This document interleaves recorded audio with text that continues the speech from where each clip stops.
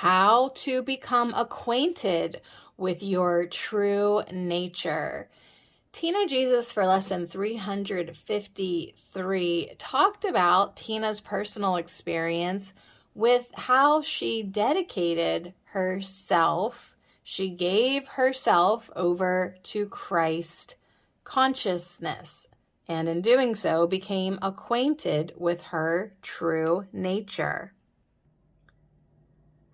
So if this sounds good to you and you want to become acquainted with your true nature, it's very simple. Dedicate yourself. Dedicate your mind and your body.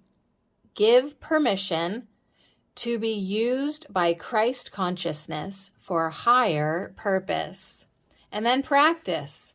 You practice your forgiveness. You practice choosing love as you set the intention to dedicate yourself to be used by Christ consciousness. You become acquainted with your true nature.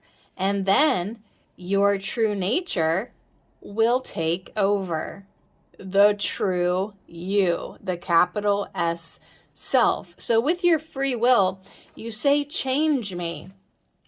Please change me. Please, I want to be used by Christ consciousness and not the ego thought system. So you raise up above the ego's battleground as you dedicate your body and mind to God.